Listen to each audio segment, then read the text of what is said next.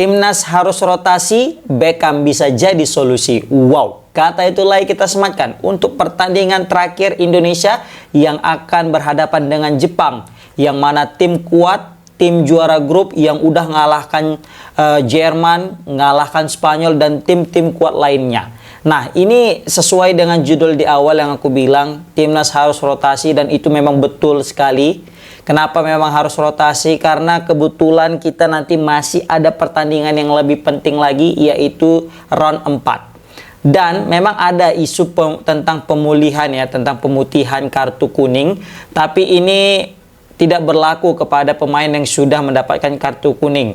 Jadi kalau misalnya kayak Jazz itu kan udah dapat tuh, itu sulit untuk diputihkan. Tapi kalau apalagi kalau misalnya nanti dia kena nanti di pertandingan melawan Jepang, maka mau nggak mau dia harus absen di pertandingan pertama round 4. Dan itu merupakan kerugian yang cukup besar bagi timnas Indonesia. Sejauh ini yang aku catat ya, ada kisaran 5 pemain yang udah mendapatkan kartu kuning di round 3 kemarin. Mungkin kalian kok misalnya ada yang kurang atau yang kelebihan, kalian kasih pandangan, kalian kasih komen. Yang pertama itu Kevin Dix sudah kena kartu kuning. Jadi saran aku sih wajib diistirahatkan aja Kevin Dix ini, ya kan? Karena sayang sekali lah kalau misalnya nanti kita jumpa Ira atau lawan Arab Saudi, apalagi jumpa Kotor kan. Qatar, Kafar, ya kan? Misalnya kita jumpa mereka atau Uni Emirat Arab di satu grup, itu sangat disayangkan jika kita kehilangan Kevin Dix.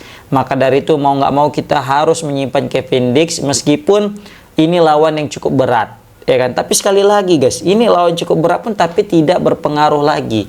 Kecuali tadi pertandingan ini menentukan kita bisa langsung lolos ke Piala Dunia otomatis tanpa round 4, maka nggak salah juga kalau misalnya kita besok menurunkan full squad dan mati-matian mainnya. Kartu kuning pun jadi asal dapat poin kan gitu.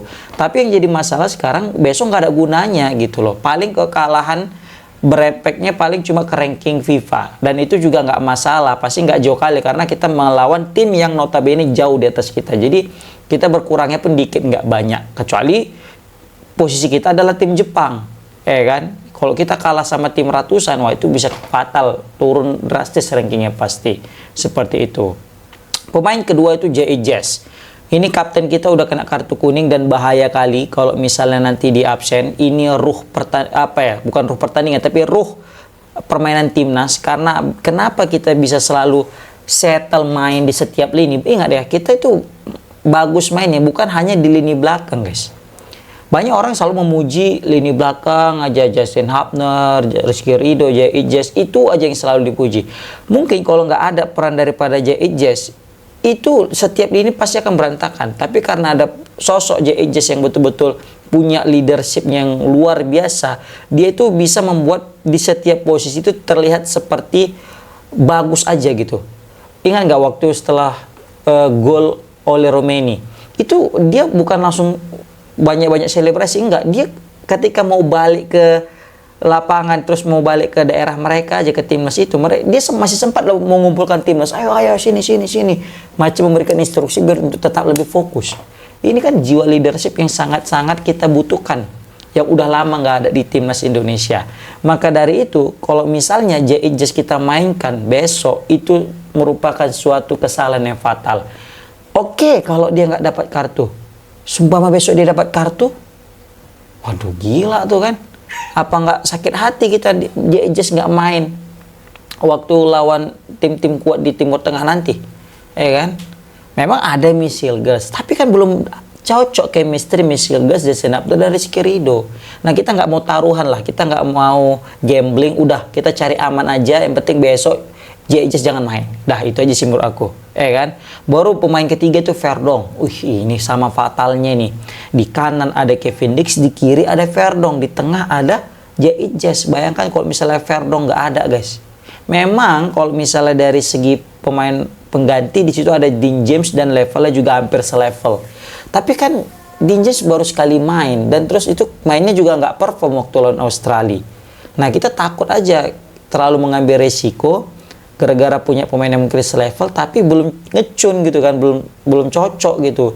Sedangkan Kelvin Verdong ini kayaknya udah ngeklop kali lah dengan pemain-pemain timnas kita yang lain. Ditambah lagi dia pemain yang paling loyalitas, mainnya nggak ada habisnya, selalu totalitas tanpa batas. Mau itu capek, mau kram, masih tetap dibantainya. Makanya kok sangat kita sayangkan kalau misalnya nanti Kelvin Verdong waktu lawan Jepang main, terus kena kartu kuning dan dia absen di pertandingan selanjutnya. Nah ini nauzubillah min zalik lah. Sebenarnya ada tiga pemain itu sih yang paling aku takutkan. J.I. Jess, Kevin Dix, dan Kelvin Verdong. Nah ada sebenarnya dua pemain lagi, yaitu Nathan Choaon. Tapi kalau Nathan Choaon melihat adanya siapa namanya, Tom Hayden juga Pelupesi dan Ivar Yener, kayaknya Nathan Choaon ya kalaupun dia harus absen juga nggak masalah gitu, karena perannya tidak terlalu sentral gitu kan. Tapi tetap kita butuh juga Nathan Choaon untuk kedalaman squad. Baru selanjutnya Yakob Sayuri. Nah ini juga kita takut, Yakob Sayuri fresh sekali kena kartu kuning ya kan kemarin. Nah kalau misalnya dia main lagi terus kena kartu kuning lagi di pertandingan lawan Jepang, maka fix dia akan absen guys waktu di round 4. Nah kita berharap sebenarnya semua pemain kita itu aman-aman aja, jangan ada yang absen. Karena gini, kita dengan full tim aja ya, tanpa ada yang absen, itu belum tentu bisa menang loh dengan tim-tim round 4 nanti. Apalagi kalau misalnya ada pemain kita yang absen, apalagi itu pemain inti, pemain andalan. Contoh kayak 3 nama yang gue bilang tadi, Kevin Dix, Kelvin Verdong, dan juga satu lagi J.I. Jess. Kebayang nggak ada J.I. Jess aja, gila kita pusing. Nggak ada Kelvin Verdong aja, gila kita pusing. Kalau nggak ada Kevin Dix masih oke lah, kemarin bisa ditampilkan Yakob Sayuri, iya kan? Tapi Yakob Sayuri juga kan masih kalah kelas dengan Kevin Dix pastinya. Apalagi ini melawan tim-tim Arab yang notabene punya daya licik yang nauzubillah kan, ngeri kali tipe daya mereka. Nah Yakob Sayuri kemarin tuh hampir kepancing, kan? Bahkan untung aja nggak kena kartu di awal-awal laga.